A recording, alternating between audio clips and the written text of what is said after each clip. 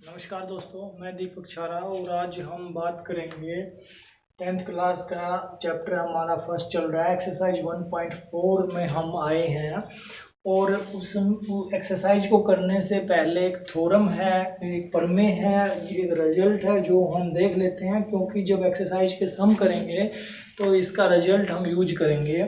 वो रिजल्ट क्या है कि x अगर कोई रैशनल नंबर है, x कोई अगर हिंदी में अगर बात करें कोई परिमेय संख्या है, तो उसको दशमलव में अगर हम बदलते हैं किसी परिमेय संख्या को, तो उसका दशमलव जो है, दशमलव में वो शांत आवृत्ति आती है, टर्मिनेट्स। रैशनल नंबर जो होता है, परिमेय संख्या होता है, तो वो टर्मिनेट होता है या नॉन टर्मिनेटिंग रिपीटिंग होता है।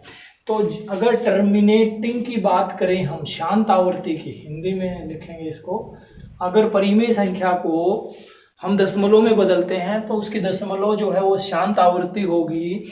तो x को हम p/q की फॉर्म में लिखें तो जो नीचे का पार्ट है जिसको हम q बोलते हैं, उसके जो फैक्टर्स करेंगे उसमें या तो 2 आएगा या 5 आएगा या 2 और 5 दोनों आएंगे। अगर इनके अलावा कोई तीसरा नंबर आता है तो वो टर्मिनेटिंग डेसिमल नहीं रहता, वो नॉन टर्मिनेटिंग रिपीटिंग हो जाता है, वो शांत आवृत्ति नहीं रहता। तो ये थ्योरम ये बताती है हमें कि जैसे कोई भी नंबर है, जैसे 2/30 है या 1/16 है, कोई भी नंबर जो p/q की फॉर्म में है, तो उसका नीचे का पार्ट जिसको हम q बोलते हैं, उस q के हम क्या करें, उस q के हम गुणनखंड करें, फैक्टर्स करें, और उस फैक्टर्स में या तो 2 आए या 5 आए या 2 और 5 दोनों आए। सिर्फ 2 और 5 आते हैं तो वो होता है टर्मिनेटिंग या शांत, और 2 और 5 के अलावा कुछ तीसरा नंबर भी आ जाता है तो वो टर्मिनेटिंग नहीं रहता, वो क्या बन जाता है, नॉन टर्मिनेटिंग रिपीटिंग। ठीक है, और नॉन टर्मिनेटिंग रिपीटिंग होता है तो उसके फैक्टर्स में 2 और 5 के अलावा कुछ तीसरा नंबर भी आ जाता है। अब इस थ्योरम का, इस प्रमेय का यूज कहाँ पे होगा, जैसे एक्सरसाइज का पहला सम हम देखते हैं। एक्सरसाइज का पहला सम है विदाउट एक्चुअल परफॉर्मिंग डिवीजन। हमने लंबी चौड़ी भाग नहीं करनी हमने, और हमने बताना है कि ये कुछ नंबर्स दिए हुए हैं। जैसे पहला नंबर है, ये नंबर दे दिया, एक दूसरे पार्ट में दे दिया 17/8, एक नंबर दे दिया 64/455। इस तरह से कुछ नंबर्स दे दिए, और सवाल ये है will A terminating decimal expansion और नॉन टर्मिनेटिंग। इसको अगर डेसिमल में हम बदलते हैं, इस नंबर को, इस पार्ट की अगर बात करें तो इसको डेसिमल में बदलते हैं तो ये टर्मिनेटिंग आएगा या नॉन टर्मिनेटिंग आएगा, ये बताना हमने। ये शांत आएगा या अशांत, हिंदी में शांत और अशांत, और इंग्लिश में टर्मिनेटिंग और नॉन टर्मिनेटिंग। तो इसका पता लगाने के लिए मेरे को क्या करना पड़ेगा, इस नीचे वाले पार्ट के मैं फैक्टर्स करूंगा, गुणनखंड करूंगा। तो इसके गुणनखंड कर लेते हैं हम।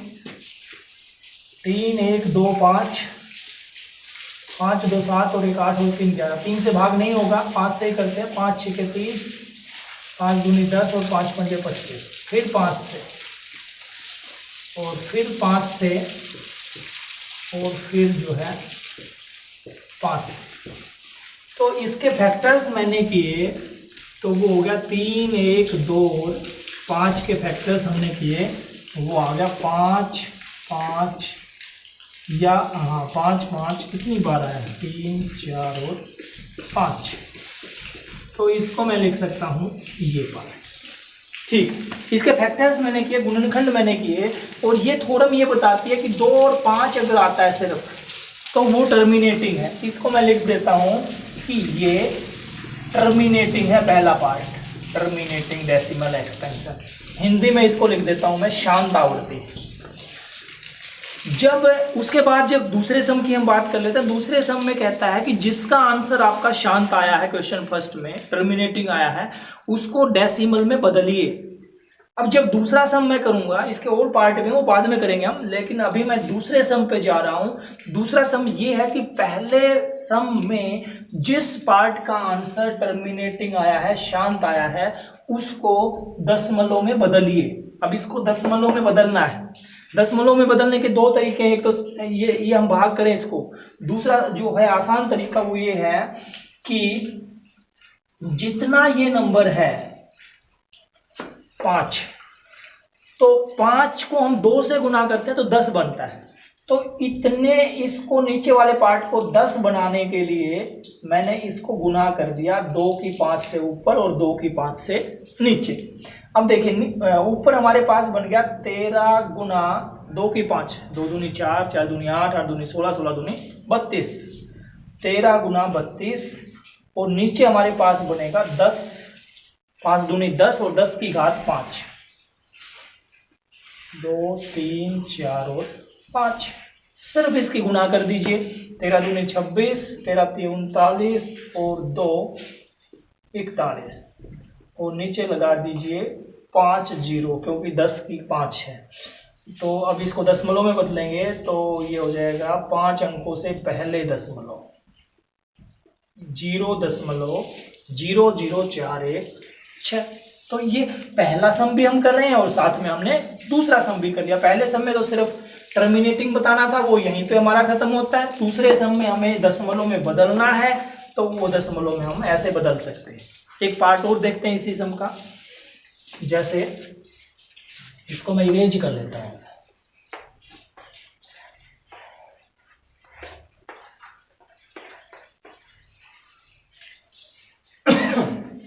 एक पार्ट और देखते हैं।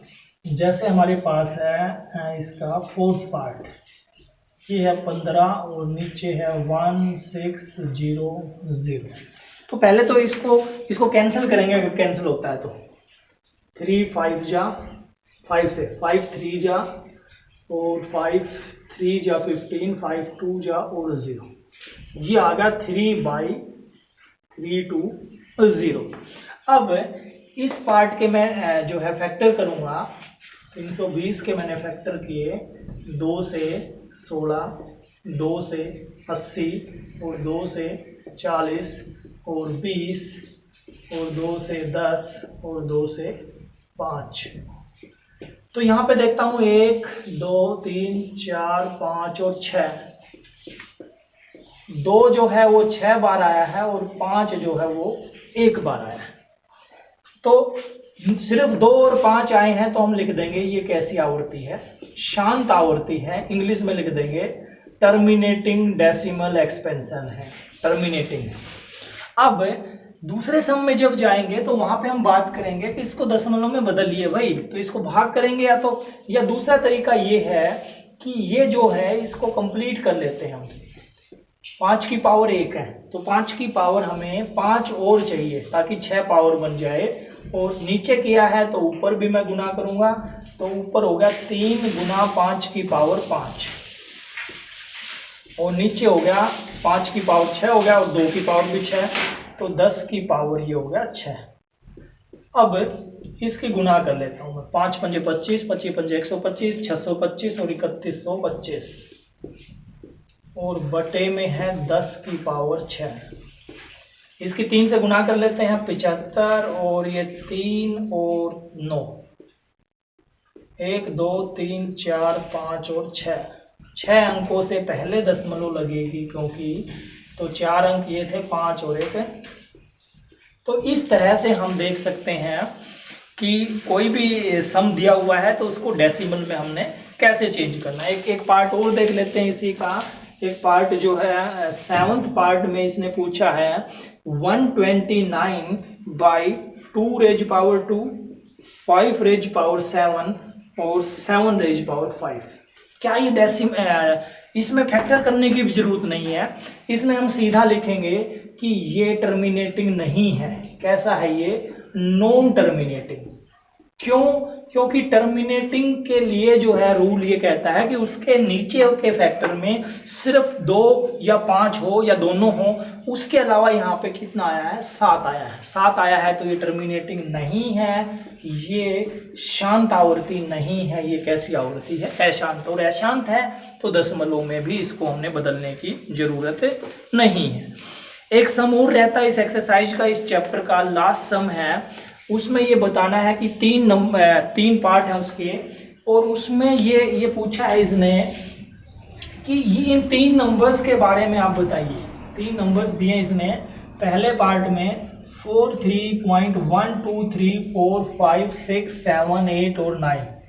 दूसरे पार्ट में इसने दिया है 0, 1, 2, 0, 1, 2, 0, 0, 1, 2, 0, 0, 1, 2, 4, 0 और इस तरह से सीक्वेंस डैश डैश इसने लगा दिया।